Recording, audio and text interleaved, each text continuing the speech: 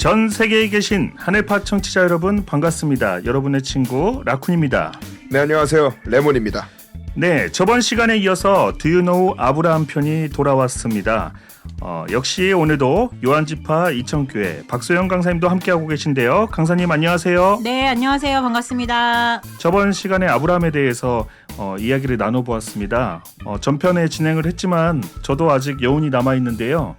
아브라함의 믿음 그리고 그 안에 사라의 믿음, 오늘은 또 이삭의 믿음까지 준비가 돼 있다고요? 네, 가족 이삭까지. 모두가 이렇게 믿음이 대단해도 되는 겁니까? 믿음의 가족입니다. 네, 우리 믿음의 가족 흠뻑 빠져보는 시간 갖도록 하겠습니다. 지난 시간에는 아브라함이 어떤 사람인지, 왜 믿음의 조상이라 불리는지, 그리고 이삭이 태어난 얘기까지 또 박수까지 치면서 이야기를 나눠봤는데요. 오늘은 그 이후 이삭 이야기로 시작이 될 텐데 아주 큰 사건이 있습니다. 아마 대부분의 사람들이 알고 계시는 사건인데요. 일단 아브라함은 힘들게 아들 이삭을 얻었어요. 아주 힘들게 얻었죠. 그렇다면 보통 부모님보다 100배, 1000배는 더 귀한 아들일 텐데 이 이삭이 태어나면서 아브라함은 물론 하나님을 믿는 믿음은 더 커졌겠죠. 근데 성경에 보면 얼마 되지 않아서 이삭을 제물로 바치라고 합니다. 하나님이 아브라함에게 이삭을 제물로 바치라고 하신 이유가 도대체 무엇일까요? 네, 갑자기 슬퍼집니다, 마음이. 그죠? 네. 너무나 유명한 이야기인데요. 또 다른 한편으로 보면은 아브라함의 믿음의 아주 결정판을 보여준 사건이기도 합니다. 결정판이다. 네, 이 이야기는 창세기 22장에 나오게 되는데요. 이 이야기의 이제 시작을 읽어보면 창세기 22장 1절에 바로 하나님이 아브라함을 시험하시려고 그를 부르시니? 라고 기록이 되어 있어요. 시험하신다. 네.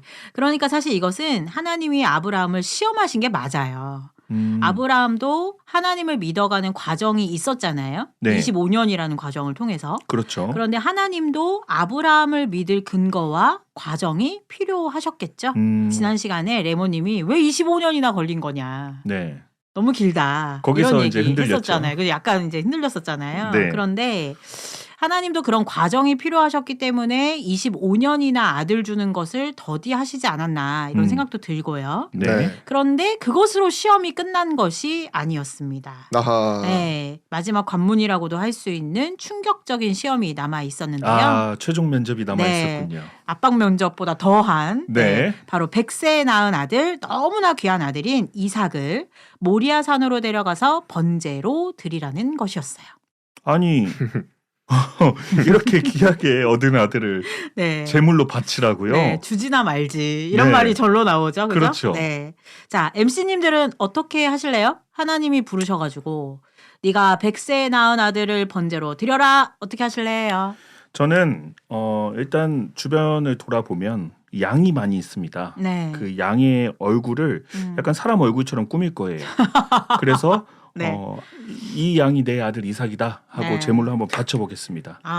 이 정도면 그 하나님을 너무 그러니까 바보로 하는 거 아닌가요? 결국 안 듣겠다 이 말이죠. 네. 믿음이 약하다. 네. 네. 네. 저는 약간 몰입을 좀 한번 해봤습니다. 어떻게 해요? 이 아브라함의 심정이 어땠을까? 이 아브라함으로 몰입을 해봤는데 저는 드릴 것 같아요. 와. 왜냐? 이제 돌이킬 수 없어요. 왜요? 여기까지 왔으니까. 여기까지 왔다. 나는 더 이상 돌이킬 수 없다. 많이 왔다. 네. 레모님이요 신앙에 한 방이 있어요. 네, 그러네요. 네, 뭐 오이지나 이런 거 이렇게 두유노 할 때마다 네. 되게 믿음 없는 것처럼 질문하고 많이 하는데요. 네. 사실 굉장히 심지가 굳은 청년이에요. 그런 심정은 아니었습니다. 아니 그렇게 가요. 그래 그렇게 가. 아니, 그렇게 가요. 만들어줬으면 그냥 먹어. 만들어줬잖아 레몬. 그렇게 가. 네. 그럼 넘어가도록 하겠습니다. 네. 그런 사람인 걸로 네. 하도록 하겠습니다. 맞아요. 진짜 몰입이 되면 될수록 사실은 더 결정하기가 어려울 것 같아요. 네. 쉽지 않겠죠? 대들 수도 있고 원망도 할 수 있고. 그렇죠. 이럴 거면 주시질 말지. 25년을 기다렸는데 결국 죽이려고 주셨나? 원망이 이런- 많이 되겠죠. 네, 이런 생각 들 것 같고 네. 또 얼마 전에 첫째 이스마일 내보냈잖아요. 그렇죠. 너 필요 없어 하고 내보냈는데. 다시 네. 찾아와야 되나 네, 약간. 그러니까 뭐 등등 원망거리를 찾으면 사실 끝이 없을 것 끝이 같습니다. 없죠. 네, 그런데 아브라함은 어떻게 했을까요? 양을 데려다가 얼굴을 감췄을까요? 뭐 어떻게 했을까요? 그러진 않았죠. 네. 사실 지금 우리가 나눈 이야기는 단 한마디도 나오지 않습니다. 1절에 이제 하나님이 시험한다라고 하셨잖아요. 네. 2절에서 번제로 바쳐라. 네. 이어지는 3절에서는 아브라함이 아침에 일찍이 일어나 번제로 바칠 준비를 하는 내용이 바로 나와요. 이렇게 야. 순식간에요. 네, 바로 뭔가 나옵니다. BGM이 깔려야 될 것 네, 같아요. 맞아요. 이거 진짜 뭔가 영화의 한 좀 장면이야. BGM이 좀 깔렸으면 좋겠네요. 맞아요. 네. 아침에 안개가 자욱한데 네. 아브라함이 일찍 일어나서 아이고. 나무를 메고 막 이런 그런 장면이 어. 이렇게 좀 그래요. 예. 네. 근데 이 내용을 딱 읽으면서 진짜 저는 눈물이 좀 나더라고요. 이 아브라함의 마음이 마음이 아닐 것 같아요. 맞아요. 그 네. 마음이 계속 생각이 나네요. 네. 그래서 사실 이것을 보고 계실 하나님도 시험이지만 하나님의 마음도 내가 사랑하는 아브라함과 그 이삭을 보는 마음이 편치 않으셨을 것 같고요. 또 아들을 죽이러 가야 하는 아브라함의 마음도 또 너무 애절하게 느껴지는 대목이라 이렇게 길게 기록이 안 돼 있지만 굉장히 마음이 그렇더라고요. 너무 슬픈 장면이지만 또 이게 필요하기 때문에 하나님께서 시험하시는 거겠죠. 네, 맞아요. 그래서 이제 뭐 소리치면서 원망하는 것보다도 조용히 일찍이 일어나서 준비하는 아브라함의 모습이 이제 너무 마음이 그랬는데요. 이렇게 이제 아브라함은 하나님의 명령을 받고 조용하게 움직입니다. 한마디에 토도 달지 않고요. 그리고 이제 길을 동행한 사환 2명이 있었어요. 네. 그들에게는 이제 산 밑에서 기다리라고 하고 이삭과 가서 경배하고 돌아오겠다라고 하면서 번제로 드리러 길을 떠나게 됩니다. 이삭과 돌아오겠다. 네. 아브라함은 도대체 어떤 음. 믿음으로 하나님의 명령을 이렇게 수행하려고 했을까요? 네. 사실 이 답도요, 창세기에는 나오지가 않아요. 그냥 이렇게 너무나 빠르게 결정돼서 번제로 딱 바치려고 하는 장면으로 이어지기 때문에. 네. 그런데 그 답이 놀랍게도 저기 멀리에 히브리서에서 나옵니다. 거기서 나오나요? 네, 가서 한번 볼게요. 네. 히브리서 11장인데요. 제가 이제 앞서서도 히브리서 11장에 대해서 여러 번 말씀을 드렸는데 히브리서 11장은요. 믿음장이라고도 불립니다. 그래서 아벨부터 순교자들까지의 믿음의 선조들에 대한 내용을 전하고 있거든요. 나중에 우리 청취자 여러분들도 꼭 한번 읽어보시면 굉장히 신앙에 감동이 돼요. 그리고 또 믿음이 충전되기도 하거든요. 내 네. 믿음을 좀 충전하고 싶다 하면 히브리서. 네, 히브리서 11장 한번 읽어보시면 좋을 것 같고요. 네. 저희는 오늘 11장 17절부터 19절까지를 한번 읽어봤으면 좋겠거든요. 네. 아브라함은 시험을 받을 때 믿음으로 이삭을 드렸으니 저는 약속을 받은 자로되 그 독생자를 드렸느니라. 저에게 이미 말씀하시기를 내 자손이라 칭할 자는 이삭으로 말미암으니라 하셨으니 저가 하나님이 능히 죽은 자 가운데서 다시 살리실 줄로 생각한지라 비유컨대 죽은 자 가운데서 도로 받은 것이니라. 네, 잘 읽어주셨어요. 네. 내용이 조금 어려운데 이해가 되셨을지 잘 모르겠는데 먼저 기록된 것은 믿음으로 이삭을 드렸다는 거죠. 네. 네. 믿음으로 왜냐면- 이삭을 드렸으니. 네, 왜냐하면 이삭은 약속을 받은 자였다는 거예요. 음. 18절을 보면 자세히 설명이 되어 있는데요. 이미 하나님께서 말씀하시기를 내 자손이라 칭할 자는 이삭으로 말미암으리라 이렇게 되어 있잖아요. 네. 그죠? 그런데 이제 아브라함은 이삭을 번제로 드려라, 결국 죽여라 이 말인데 네. 그럼 죽이게 되면 하나님께서 미리 약속하신 이삭으로 내 자손이 시작될 거다라는 것이 이루어질 수가 없잖아요. 안 맞죠. 하나님께서는 네. 모든 것을 다 이루시는 분인데 네. 이 말씀이 안 이루어지는 거죠. 그렇죠. 그래서 이미 하나님은 이렇게 약속을 하셨어요. 아브라함의 민족은 이삭으로 시작될 것이다. 그리고 이것을 25년이라는 훈련 기간 동안 아브라함은 깨달았죠. 하나님은 약속하신 것은 더디더라도 사람의 생각과 다르더라도 반드시 이루신다는 것을 이미 훈련으로 깨달았어요. 그렇죠. 그 증표가 100세에 낳은 아들 이삭이잖아요. 네. 너무 멋있죠. 너무 멋있죠. 네, 저는 사실 이 말씀 읽고 온몸에 소름이 착 돋았어요. 사람의 생각으로는 어떻게 아들을 죽이라고 해? 라고 하지만 사실 하나님이 시험이라고 이미 시작하셨고 네. 이미 100세에 낳은 아들로 모든 역사를 시작하실 것을 마음에 두셨다는 거잖아요. 그래서 하나님은 약속하신 것은 반드시 이루시는 분이고 아브라함은 약속을 이루시는 하나님을 믿고 있고요. 네. 또 이룬 것을 그리고 이룰 것을 믿고 이게 이제 하나님과 진짜 우리의 관계여야 되거든요. 하나님은 약속은 반드시 이루시고 우리는 하나님이 그 이루신 것을 믿고 이게 쿵짝이 되는 거죠. 네. 그러니까 이게 아브라함의 이야기로 끝날 거야 아니라 네. 분명히 하나님께서 이걸 성경에 기록하신 이유가 있기 때문에 네. 우리에게 적용을 해본다면 네. 강사님께서 말씀하신 어쨌든 하나님이 먼저 이루셨고 네. 그 이루신 걸 우리가 믿어야 된다. 네. 그리고 맞아요. 앞으로 이룰 것도 믿어야 되고요. 그렇죠. 그래서 하나님은 죽여도 다시 살리실 것이다. 왜? 뭐 하셨으니까요? 약속하셨으니까. 네. 이게 진짜 믿음이고요. 음. 믿음이 생기는 과정을 너무 잘 알려주신 아브라함의 일대기라는 생각이 듭니다. 저 믿음이 좀 성장한 것 같은데. 네, 그렇죠. 네. 예. 아까 우리 레몬이 그랬잖아요. 여기까지 왔으면 더 이상 갈 곳이 없다. 네. 가야 된다 이거는. 그냥 고해야 네, 된다. 고해야 된다. 음. 그거죠 뭐. 그렇죠? 음. 하나님이 그동안 이루셨으니 앞으로도 이루실 것을 믿고 가는 거죠. 음. 그리고 이제 조금 더 생각을 해보면 아브라함이랑 사라가 몇 세에 이삭을 낳았죠? 아브라함 100세, 사라 90세. 맞아요. 이미 둘의 나이가 많이 늙었고 사실 육체로는 아이를 낳을 수 없는 몸이었어요. 말이 안 되는 얘기였던 네. 거죠. 그런데 낳았거든요. 자, 사람의 힘으로 된 것인가요? 아니죠. 아니죠. 분명 여호와께는 능치 못함이 없다 하신 말씀처럼 이것은 사람의 힘이 아닌 하나님의 힘으로 된 것이죠. 네. 이미 아브라함에게는 이삭이 내 힘으로 낳은 내 소유가 아닌 거예요. 하나님의 힘으로 하나님이 주신 하나님의 소유라는 것을 알고 있었던 것이죠. 네. 그러니 하나님의 뜻대로 순종하여서 갈 수 있었던 것 아니겠습니까? 그러니까 하나님의 약속대로 태어난 자녀이기 때문에 이삭은 이제 하나님이 주신 하나님의 소유다. 네. 그래서 이제 결국은 약속을 믿은 아브라함은 아들을 번제로 바치려고 했고요. 그것을 보신 하나님께서 막으셨죠. 네. 독자도 아끼지 않았으니 너가 하나님 경외하는 것을 알겠다라고 말씀하셨고요. 아브라함이 하나님의 말씀대로 준행하였으니 하나님께서 다시 축복하면서 이 사건은 마무리가 됩니다. 아름다운 마무리죠. 네. 네. 하나님의 약속도 지켜졌고 또 아브라함도 시험도 통과했고. 네. 근데 이런 이삭의 스토리를 우리가 길게 같이 나눠봤는데 이삭의 탄생 말고 또 약속하신 것이 뭐가 있을까요? 네. 이제 지금까지는 아브라함의 민족을 창성케 하신다는 약속의 시작점인 이삭의 탄생을 기준으로 이제 이야기를 쭉 풀어봤어요. 네. 그리고 이제 이어서 하나님의 큰 약속을 이루시기 위한 전체적인 약속의 줄기를 한번 좀 알아보면 좋을 것 같거든요. 네, 앞에서도 말씀드린 것처럼 단순히 이삭의 탄생만을 약속하신 것이 아니었고 하나님은 모세오경 전반에 걸쳐서 나오는 이스라엘 민족의 형성에 대한 약속을 하신 거거든요. 네. 자, 이제 그 일을 이루시기 위해서 어떻게 흘러가는지 간단히 좀 한번 살펴볼게요. 네. 아브라함은 100세 이삭을 낳았습니다. 네. 그리고 이삭은 에서와 야곱을 낳았고요. 그렇죠. 네, 에서와 야곱에 대해서는 이미 뭐 두유노후에서 살펴본 적이 있기 때문에 뭐 굉장히 큰 반향을 일으켰던 그런 멋진 편이었기 때문에 이제 한 번 더 들어보시는 것도 좋을 것 같습니다. 추천드리고요. 네. 네. 그래서 이제 에서에게서 장자권을 얻은 야곱이 12아들을 두었죠.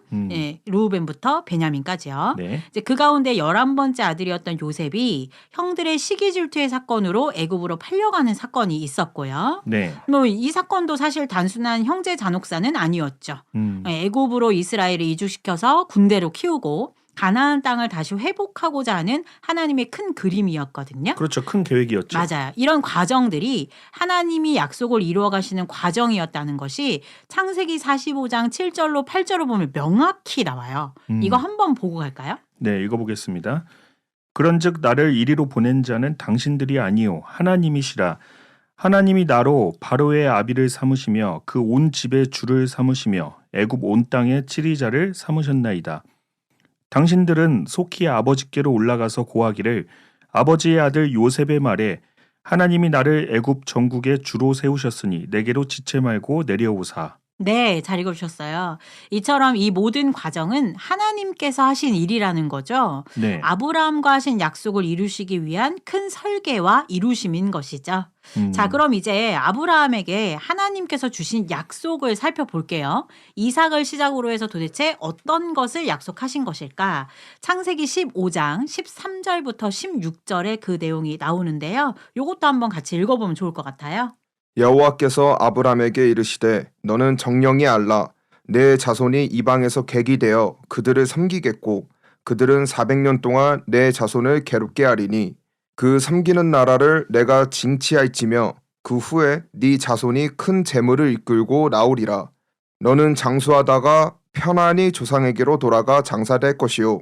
네 자손은 4대 만에 이 땅으로 돌아오리니 이는 아모리 족속의 제약이 아직 관영치 아니함이니라 하시더니. 네, 잘 읽어주셨습니다. 정리를 좀 한번 해볼게요. 네. 자, 여기서 하나님께서 아브라함에게 약속하신 것을 4개로 정리를 해볼 거거든요. 네. 자, 첫 번째.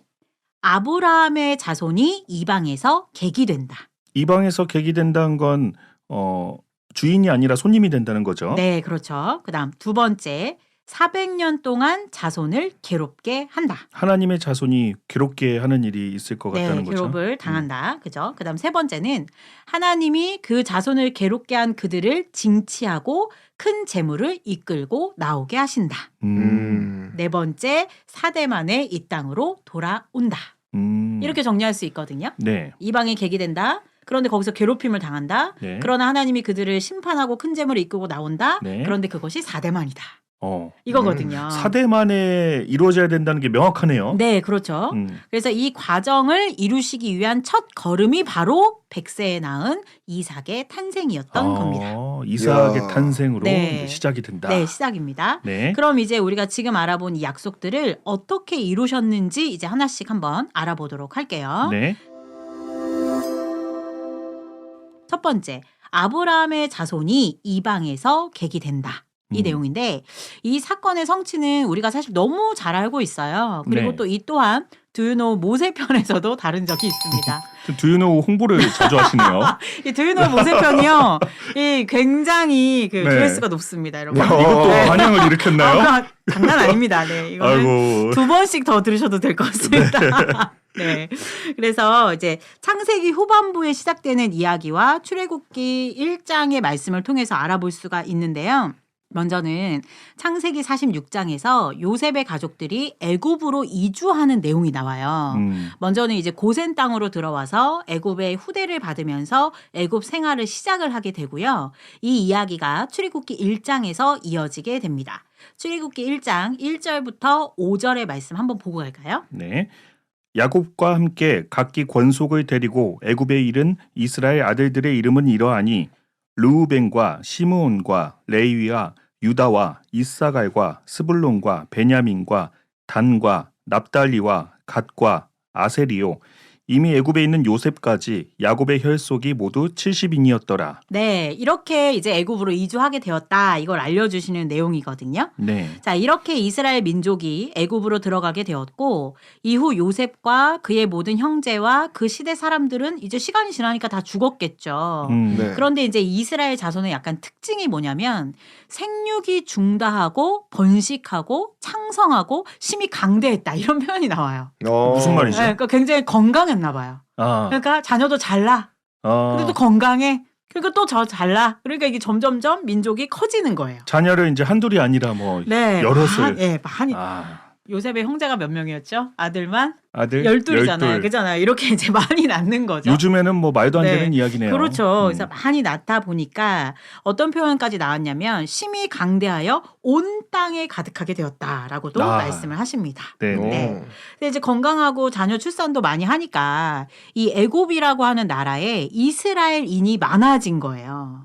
그러다 보니까 이제 이전에 어떤 이런 사연을 알지 못하는 새 왕이 이제 애굽을 다스리게 됐을 때 이스라엘 민족이 많아지는 것이 이제 애굽의 걱정거리가 된 거죠. 아, 걱정이 되죠. 네, 왜냐하면 애굽의 입장에서는 이스라엘이 이방이잖아요. 그렇죠. 다른 나라, 그죠? 이민족이잖아요. 그래서 이제 이스라엘 자손이 애굽보다 많고 강해서 만약에 전쟁이 일어나면 대적이랑 이스라엘이 합하여서 애굽을 치고 나갈까? 이런 생각이 이제 든 것이죠. 주객이 전도될 수 있겠다. 그렇죠. 그래서 이제 결국 애굽은 감독들을 그들 위에 세우고 이스라엘에게 무거운 짐을 지워서 괴롭게 했어요. 그래서 이제 그들을 바로를 위하여서 국고성 비돔과 라암셋을 건축하게 하는 학대를 시작합니다.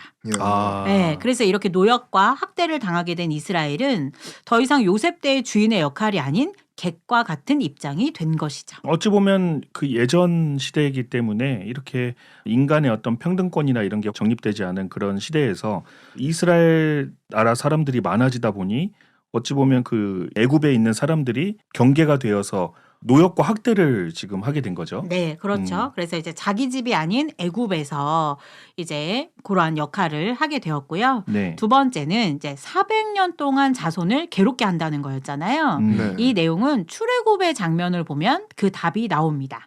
출애굽기 12장 40절부터 41절의 내용인데요. 이것도 한번 볼까요? 이스라엘 자손이 애굽에 거주한 지 430년이라 430년이 마치는 그날에 여호와의 군대가 다 애굽 땅에서 나왔은즉 네, 이와 같이 요셉 이후 애굽에 거주한 지 약 400여 년이 지난 후 출애굽을 함으로 객, 곧 노역과 학대의 시절이 마무리가 되게 됩니다. 그렇게 힘든 과정을 거치다가 400년이 지난 후에 나오게 된 거죠. 네. 음. 그다음 이제 세 번째가 뭐였어요? 근데 그냥 나오는 게 아니었고 하나님께서 그들을 징치하고 큰 재물을 이끌고 나온다는 거였잖아요. 네. 이 내용도 이제 살펴보면 출애굽을 계획하신 하나님은 모세를 통해서 애굽에 10가지 재앙을 내릴 것을 경고하시고 실행을 하셔요. 그런데 이제 9번째 재앙까지 바로 왕이 끄떡을 하지 않습니다. 그런데 마지막 10번째 재앙, 애굽에서 난 모든 것의 첫째를 죽이는 재앙에서 항복을 선언하거든요. 그렇죠. 왕의 첫째 아들도 죽게 되니까. 네. 그리고 이제 이스라엘을 놓아줄 것을 약속하는데 그 장면에서 모세가요. 그냥 안 나옵니다. 출애굽에 필요한 물자를 요구하거든요. 오. 네, 그 장면 한번 살펴볼까요? 창세기 12장 32절부터 36절입니다. 너희의 말대로 너희의 양도 소도 몰아가고 나를 위하여 축복하라 하며 애굽 사람들은 말하기를 우리가 다 죽은 자가 되도다 하고 백성을 재촉하여 그 지경에서 속히 보내려 하므로 백성이 발교되지 못한 반죽 담은 그릇을 옷에 싸서 어깨에 매니라. 이스라엘 자손이 모세의 말대로 하여 애굽 사람에게 은금 패물과 의복을 구하매 여호와께서 애굽 사람으로 백성에게 은혜를 입히게 하사 그들의 구하는 대로 주게 하심으로 그들이 애굽 사람의 물품을 취하였도다. 야, 여러분 멋있지 않아요? 네. 저는 이거 읽을 때 막 속이 막 통쾌하더라고요. 네. 이렇게 이제 노역과 학대에 힘들었던 이스라엘이 출애굽을 할 때 빈손이 아닌 큰 재물을 가지고 나오죠. 네. 그리고 이제 10가지 재앙으로 그들을 징치하겠다는 내용까지 성취가 됩니다. 어우, 다 이루어지네요. 네. 그리고 이제 마지막 4대 만에 이 땅으로 돌아온다는 약속이 있었죠. 이 약속은 어떻게 이루어졌을까? 아까 우리가 출애굽기 1장 읽었었잖아요. 네. 거기에 처음 애굽으로 들어갔던 세대가 요셉의 형제들의 세대였잖아요. 그렇죠. 네. 그리고 이제 나오는 것은 모세 때 나오게 되잖아요. 네. 그럼 이제 이 사이에 족보를 보면 좀 답이 나오는데요. 족보를 한번 봐야겠네요. 네. 요거는 제가 이제 읽으면서 좀 설명을 드려볼게요. 네. 출애굽기 6장 16절 이하를 보면 요셉의 형제 중 레위의 족보가 나와요. 이제 성경이 있으신 분들은 같이 좀 찾아보면서 들으시면 도움이 좀 되실 것 같은데요. 먼저 16절을 보면 레위의 아들들의 이름은 그들의 족보대로 이러하니 게르손과 고핫과 무라리오 레위의 나이는 137세였으며 이렇게 나오거든요. 네. 네. 여기서 레위의 동그라미를 쳐주세요. 아, 동그라미. 네. 그다음 그리고 레위의 아들 중에 고핫의 동그라미를 네. 쳐볼게요. 고핫 네. 동그라미. 그리고 이제 18절을 읽어보면 고핫의 아들들은 아므람과 이스할과 헤브론과 우시엘이요. 고핫의 나이는 133세였으며 이렇게 되어 있거든요. 네. 여기서는 고핫의 아들인 아므람의 동그라미를 쳐볼게요. 아므람. 네. 아므람의 동그라미. 네. 그 다음에 이제 20절을 읽어볼게요. 아므람은 그들의 아버지의 누이 요게벳을 아내로 맞이하였고 그는 이제 반가운 이름이 나옵니다. 아론과 모세를 낳았으며. 모세 나왔다. 네, 모세 나왔다. 네. 어디에 동그라미 쳐야 돼요? 모세 모세에 쳐야죠. 그죠? 네. 네. 그래서 모세의 동그라미 다 하셨죠? 동그라미. 네. 네, 쳤습니다. 잘하셨습니다. 자, 그럼 정리해 볼게요. 애굽에 들어갈 때 레위 1대죠. 네. 그 아들 고핫 2대죠. 네. 그 아들 아므람 3대죠. 네. 그리고 나올 때는 그 아들 모세 4대로 마무리가 되죠. 레위의 자손 또 이렇게 모세까지. 네, 아까 동그라미 레위, 고핫, 아므람, 모세 네. 이렇게 4대 만에 나오게 하는 모습을 이루시는 장면을 확인해 볼 수 있습니다. 이렇게 4대라는 게 명확하게 나와 있네요. 네. 진짜 완벽하게 이루시네요. 네, 맞아요. 이야. 이런 거 레몬이 되게 좋아하잖아요. 그죠? 네. 딱 떨어지는 거. 딱 떨어져요. 네, 맞아요. 마음이 편안해집니다. 네, 편안해졌어요. 네. 네. 이렇게 이제 창세기 15장에서 하나님께서 아브라함에게 약속하셨던 내용은 모두 이루어졌죠. 네. 그 시작점이 바로 100세에 낳은 아들 이삭이었고요. 이 이삭을 시작으로 이 엄청난 구약의 역사, 역사가 성취되어 나타나게 처음 되었습니다. 시작은 되게 어려웠습니다. 네. 이삭이 태어나는 건 어려웠으나 한번 태어나니까 그냥 쭉쭉쭉이네요. 네, 쭉쭉쭉 나갑니다. 네. 이렇게 아브라함 이야기를 듣다 보니까 그 소돔과 고모라 이야기가 또 빠질 수 없을 것 같은데요. 네. 소돔과 고모라 이야기 좀 들어볼 수 있을까요? 네, 자, 이 이야기는 오늘 막 이야기 속의 이야기가 계속 펼쳐지네요. 네. 그죠? 이미 이야기한 김에 다 해주세요. 네, 그냥. 맞습니다. 그리고 제가 이 소돔과 고모라 이런 류의 아. 이야기를 참 좋아합니다. 아, 네. 네, 약간 다크한 거. 그렇게 네. 생겼어. 아주 흥미롭겠네요. 네, 이 이야기는 이제 창세기로 다시 돌아가야 돼요. 네. 이제 출애굽기까지 왔었는데 다시 창세기로 돌아가 보겠습니다. 먼저 창세기 13장에서 아브라함과 그의 조카 롯이 살림이 많아져서 두 집안이 나누어지는 이야기 제가 이야기해드렸었죠. 네, 네. 들었습니다. 그때 이제 조카 롯이 택하여서 기거한 곳이 바로 소돔 땅이에요. 그때는 이제 아직 소돔과 고모라를 멸하시기 전이어서 땅이 아주 좋았다라고 기록이 되어 있습니다. 원래 좋은 땅이었군요. 네, 맞아요. 그런데 이제 창세기 18장을 보면 소돔과 고모라 지역에 대한 하나님의 심판에 대한 내용이 시작이 됩니다. 오. 자, 아브라함에게 그 아들을 점지했던 그 세 사람 기억하시나요? 하나님의 아, 사랑. 네, 네. 그래서 이제 사라가 웃다가 걸렸었잖아요. 그죠? 네, 걸렸죠. 그런데 그 아들을 점지했던 그 사람들이 아브라함에게 소돔과 고모라가 죄악이 무거워서 하나님이 그것을 살펴보라고 보내셨다라고도 오. 이야기를 해줘요. 또 이렇게 직접 얘기해 주셨네요. 네. 그리고 이제 심판하러 소돔과 고모라로 간다고 하거든요. 네.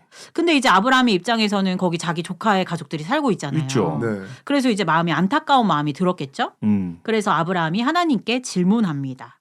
저는 이 장면 읽으면서 아 나도 하나님한테 질문하고 싶은 게 많은데 사실 그 생각이 진짜 들었었거든요. 네. 근데 이제 대화를 하는데 의인을 악인과 함께 멸하러 하십니까? 이렇게 질문해요. 그러니까 의인이 있을 수도 있지 않습니까? 자기 이제 롯 생각했겠죠. 그렇죠. 그죠? 네. 그러면서 이제 그 소돔 성 안에 의인이 50명만 있으면 좀 용서해 주세요. 그래요. 50명만 네, 있으면 50명만 있으면. 더 많은 사람이 살고 있었겠죠? 네, 더 많았겠죠. 한 음. 성이니까요. 네. 그랬더니 하나님이 그래 이렇게 하시거든요. 음. 그런데 아브라함이 좀 자신이 없었나 봐요. 다시 여쭤봅니다. 45명이면요. 딜을 하는 건가요? 네. 밀당이 아주 많이 나옵니다. 네. 네. 의인이 45명이면요. 그다음 40명이면요. 30명이면요 하다가 어디까지 내려가냐면 10명까지 내려갑니다. 야. 아, 처음부터 10명이라. 네, 그랬으면 하나님이 뭐야 이렇게 네. 했을 텐데 50에서 점점 내려가서 10명까지. 그런데 이제 하나님께서도 아브라함의 그 간절함을 보시고 10명이라도 의인이 있으면 멸하지 않겠다고 약속을 하셔요. 자, 그러면 소돔과 고모라 땅에 의인 몇 명만 있으면 10명. 10명만 있으면 심판이 없는 거죠? 네, 10명만 모아보자. 네. 그런데 그 결과를 우리 너무나 잘 알잖아요. 못 모았죠. 10명이 안 되었기 때문에 심판을 하게 된 겁니다. 근데 음. 의인의 기준이 뭐예요? 하나님의 기준이죠, 뭐. 하나님 하나님. 말씀 듣고 하나님 하나님의 뜻대로 뜻대로 하는 하는 자. 음. 네. 예를 들면 이런 거죠. 노아 때 노아의 방주에 타는 것이 하나님의 뜻대로 하는 거였잖아요. 네. 그런데 많은 사람들은 다 물에 휩쓸려 갔고 노아와 그 가족 8명만 탔잖아요. 그런 기준. 기준은 있었겠네요. 그럼요. 자, 우리가 아는 소돔과 고모라 땅의 심판이 나오는 이제 창세기 19장으로 넘어가겠습니다. 네. 자, 이제 롯이 소돔의 성문에 앉아 있었어요. 그때 이제 소돔에 온 두 천사를 맞이하게 됩니다. 이제 롯이 알아보고 간청해서 롯의 집에 이제 들어왔죠. 같이 들어왔네요. 네. 그런데 이제 저녁이 되어서 이제 같이 이렇게 지내고 있었는데 이 소돔 사람들이 그것을 어떻게 알고요. 네. 롯의 집을 에워싸고 롯의 집에 온 사람들이 이끌어내라고 막 성화를 하는 거예요. 그래가지고 이제 성경 읽어보면요. 롯이 그들에게 문을 닫고 막 이렇게 하면서 악을 행하지 말라고 막 간청을 하거든요. 그런데 이제 이 소돔 사람들이 그 말을 듣지 않고 롯을 밀치면서 롯의 집으로 쳐들어가려고까지 해요. 그때 이제 이 천사들이 소돔 사람들의 눈을 어둡게 하고 네. 이제 롯의 가족들을 다 성 밖으로 이끌어내라고 합니다. 네. 근데 이제 사실 그 천사들이 소돔에 온 이유는 하나님께서 소돔을 멸하시려고 했기 때문에 그 일을 행하러 온 거잖아요. 하긴 성경에서 보면 천사들이 하는 일이 이제 하나님의 일을 행하는 역할을 하잖아요. 네, 맞아요. 그런데 이제 앞서 아브라함에게 하나님 약속하신 게 있었죠. 의인 몇 명만 있으면. 10명만 10명만 있으면 심판 안 한다고 했잖아요. 네. 그런데 이런 표현 좀 죄송하지만 이 하는 꼴을 보니까 10명 있겠습니까 지금? 없을 것 같네요. 네, 온 성의 사람들이 지금 와가지고 천사들 내놓으라고 막 아우성이에요. 그래서 이제 롯은 딸들과 그 딸들에게 결혼할 사위들에게 이 사실을 이제 말합니다. 네. 이제 이 소돔성이 멸하게 될 테니까 얼른 떠나라고요. 음. 자, 우리 두 MC님이 사위예요. 네. 장인어른 되실 분이 하나님의 천사들이 와서 이 성을 멸한다고 도망가라고 했어요. 어떻게 네. 하실랍니까? 일단 은행에 가서 돈 좀 찾고 뭐 일단 제가 챙길 걸 생각했을 것 같아요. 네, 라쿤님은- 일단 라쿤님은 부동산, 그지? 그러니까 돈이 되게 많으신 것 같아요. 일단 가지고 있는 거 최대한. 일단 좀 나눠주고 시작하죠. 저는 가야죠. 가야죠. 야, 뭐지? 믿음이 한층 컸어 지금. 아니 믿음보다는 네. 딸을 그러니까 사랑하니까 결혼할 거 아니에요. 로맨티스트네. 결혼을 하기 위해 이 아버님의 말씀을 잘 들어야죠. 멋있다. 아니 제가 뭐가 됩니까 그러면? 네, 맞아요. 네. 뭐 어쨌든 라쿤님은 이제 은행 갔다가 네. 불벼락 맞고 그러네. 아이고. 네. 네. 그래서 이제 뭐 어떤 입장이든지 어쨌든 하나님의 천사가 와서 말한 부분이고. 사위들은 어떻게 했나요? 네. 그런데 이 표현이 나와요, 성경에. 사위들이 농담으로 여겼다. 아니 장인어른의 말씀을 농담으로 그러니까요. 그러니까 안 들었다 이거죠. 그죠? 그 전에 얼마나 안 들었으면 이것까지 그랬을까 싶어요. 맞아요. 네. 사윗감을 좀 잘못 고른 것 같아요. 네. 음. 그래서 이제 동틀 때가 되어서 롯은 아내와 두 딸만을 데리고 도망을 합니다. 그런데 이제 도망할 때 가라고 명한 산이 있었어요. 네. 근데 이제 롯이 그 산까지 가다가는 재앙을 만나서 죽을 것 같은 거예요. 그래서 이제 거기까지 못 가겠어요. 재난 영화 같아요. 네, 저 어. 앞에 있는 저 성읍은 도망하기도 가깝고 작기도 하니까 거기로 가면 안 돼요? 이렇게 물어봐요. 그래서 이제 그 성읍이 소알 성인데요. 네. 거기로 피해서 가게 됩니다. 이제 롯의 가족이 소알에 도착했을 때 해가 돋았고요. 하나님께서 유황과 불을 소돔과 고모라에 비같이 내리셨어요. 야. 그리고 그 성들과 온 들과 성에 거주하는 모든 백성과 땅에 난 것을 다 엎어 멸하셨습니다. 야, 그걸 여기서 지켜보면 어떤 느낌일까요?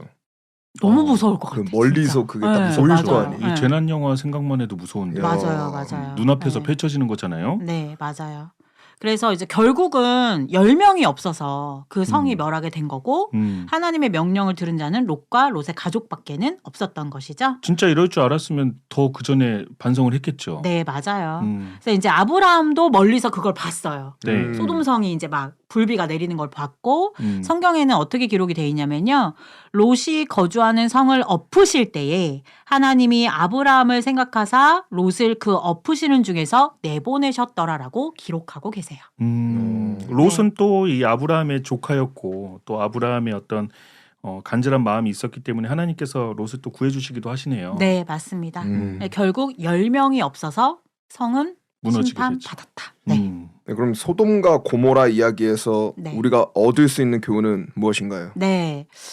이제 롯의 가족에게 하나님이 도망가라고 명하실 때 뒤돌아보지 말고 명하신 곳으로 가라고 하셨어요. 뒤돌아보지 말고 가라. 네. 이거 유명한 얘기잖아요. 네. 그런데 롯의 처는요. 도망을 가다가 그 명을 어기고 뒤를 돌아보거든요. 그래서 뭐가 됐죠, 레모님? 소금 기둥이 됩니다. 맞습니다. 음. 맞아요. 그 즉시 소금 기둥이 되었거든요. 음. 이제 하나님의 명령은 사실 의심하지 말고 지켜야 하죠.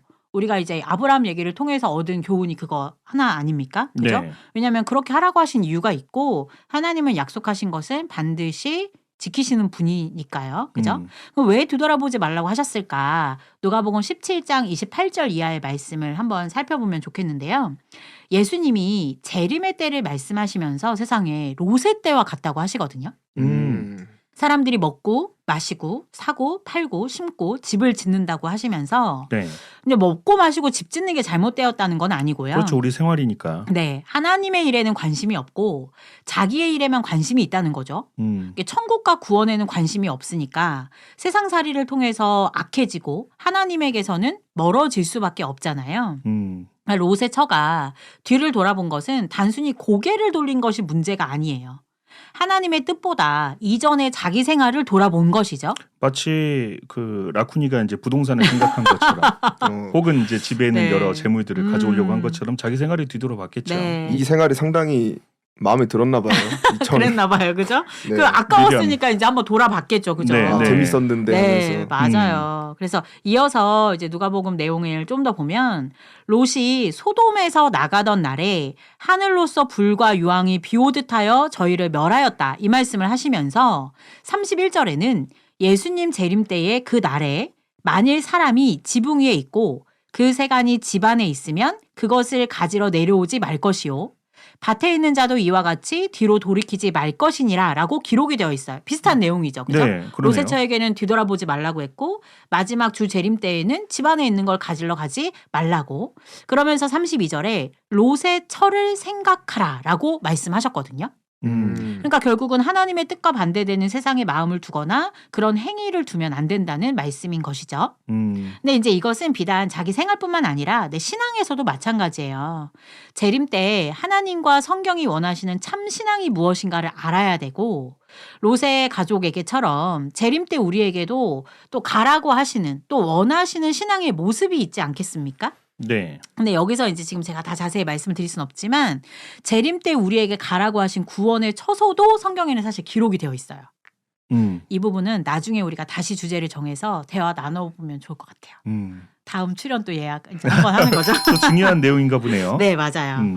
그래서 이제 그럴 때 내가 살아온 신앙과는 좀 다를 수도 있죠. 네. 그러나 믿는 마음으로 나를 굽히고 하나님의 뜻대로 움직여야 함을 생각하면 좋겠습니다.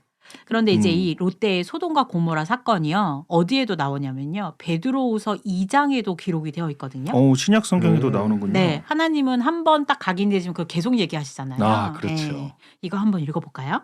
소돔과 고모라 성을 멸망하기로 정하여 재가 되게 하사 후세에 경건치 아니할 자들에게 본을 삼으셨으며 무법한 자의 음란한 행실을 인하여 고통하는 의로운 롯을 건지셨으니 이 의인이 저희 중에 거하여 날마다 저 불법한 행실을 보고 들으므로 그 의로운 심령을 상하리라.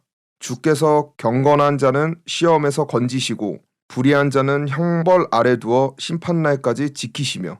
네, 잘 읽어주셨어요.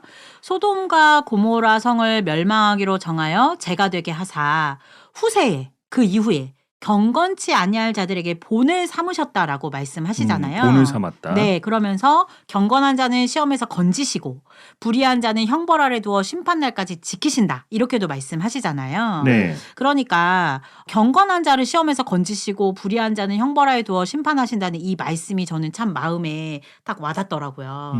어떤 신앙인이 되어야 될까? 첫째는 무법하지 말고 경건한 자가 되어야 되겠죠. 경건한 자. 네, 말씀을 기준으로 하나님의 뜻대로 살기 위한 마음과 행위가 필요하죠. 또 하나님의 명령과 약속을 얻었다면 지키는 자가 되어야겠죠. 세상의 것에 마음을 두기보다는 하나님의 뜻에 마음을 두고 천국을 바라보는 신앙인이 된다면 그 의로움으로 재앙을 면하게 되는 것이죠.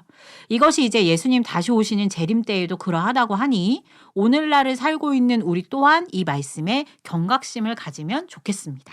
하나님께 약속을 받은 자녀의 입장에서 하나님의 약속을 멀리하고 내가 사는 이 삶을 중시한다면 결국 하나님께서 보셨을 때도 좋은 모습은 아닌 거죠.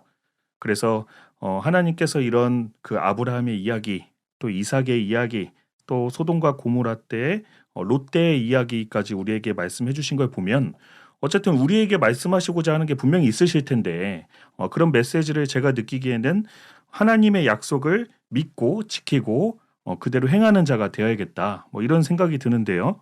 레모님은 이런 소돔과 고모라 이 다크한 이야기까지 들어봤을 때 어떤 생각이 들으셨나요? 상당히 흥미롭게 잘 들었습니다. 전 이런 이야기를 참 좋아합니다. 네. 멸망하고 심판받고 심판받고 망하고 전 이런 이야기를 참 좋아하는데 왜냐하면 이런 이야기를 들으면 경각심을 가지게 되지 않습니까?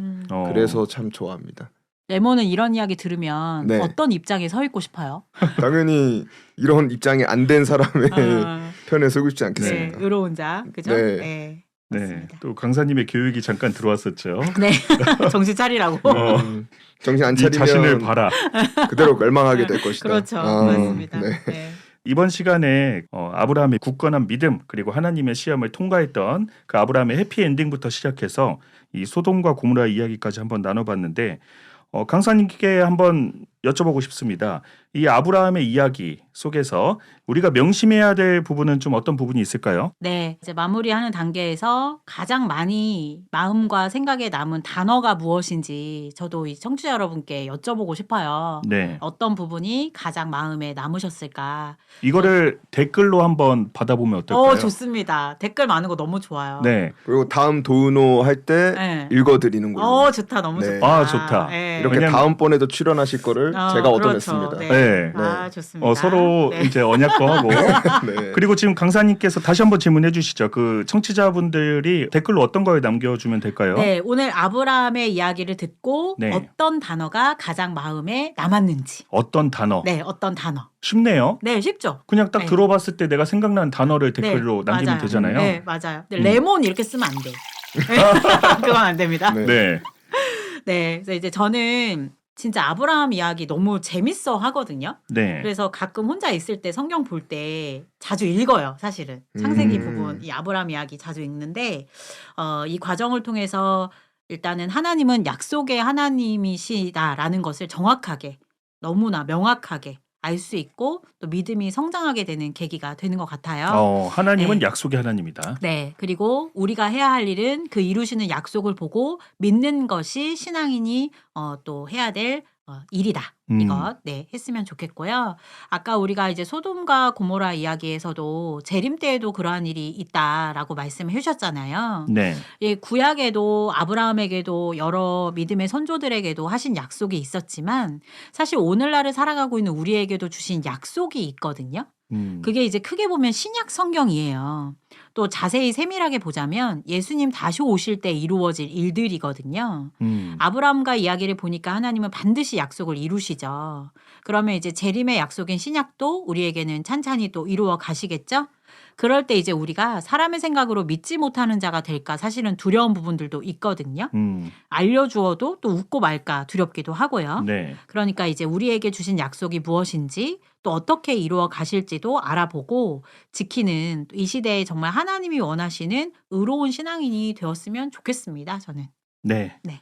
또 강사님께서 우리 하늘팟을 이제 청취하시는 분들에게 또 좋은 말씀도 해주셨는데 강사님을 모시고 그 저번 시간에 상편 그리고 이번에 하편까지 아브라함에 대해서 아주 구석구석 살펴봤습니다. 저는 이 아브라함 편 이야기를 듣고 나서 아브라함의 그 믿음의 분량이 조금 가까워진 것 같다. 나도 아브라함처럼 그런 믿음을 가질 수 있겠다라는 자신감을 얻었는데 레모님은 어떠셨나요? 25년이라는 기간을 지킬 수 없을 것 같나요? 저는 그런 생각보다는 네. 그 엄청난 세계관의 첫 시작점을 들은 아, 네, 공감이 좀 가네요. 방대한 엄청난 그 세계관의 첫 시작점을 들었다. 그런 웅장함이 남습니다. 웅장함. 네. 맞아요. 네. 뭔가 마음이 웅장한데 아주 좋습니다. 네. 우리가 이 두유노를 들어가면서 하나님의 약속이 뭔지도 하나하나 알게 되고 또 그것을 지키려고 노력도 하다 보면 또 점점 하나님과 가까워지는 우리가 되지 않을까 생각이 듭니다. 노력해야죠. 네. 네. 이렇게 우리 두유노 아브라함 편에 대해서 아주 자세히 살펴봤고요. 성경의 모든 인물을 다 알게 될 때까지 우리 두유노 인물편은 계속 될 것입니다. 아까 강사님께서 말씀해 주신 대로 여러분들 이 아브라함 편 청취해 주신 분들은 댓글에 이 아브라함 편을 듣고 나서 생각나는 단어를 남겨주시면 다음 시간에 강사님께서 여러분 아이디와 그 댓글까지 잘 읽어주신다고 합니다. 네, 그리고 또한 하늘팟 구독자님들이 알고 싶은 성경 인물을 댓글로 추천해 주시면 하늘팟에서 친절하게 알려드리도록 하겠습니다. 네, 그럼 여기서 인사드리도록 하겠습니다. 그럼 여러분 또 또 만나요.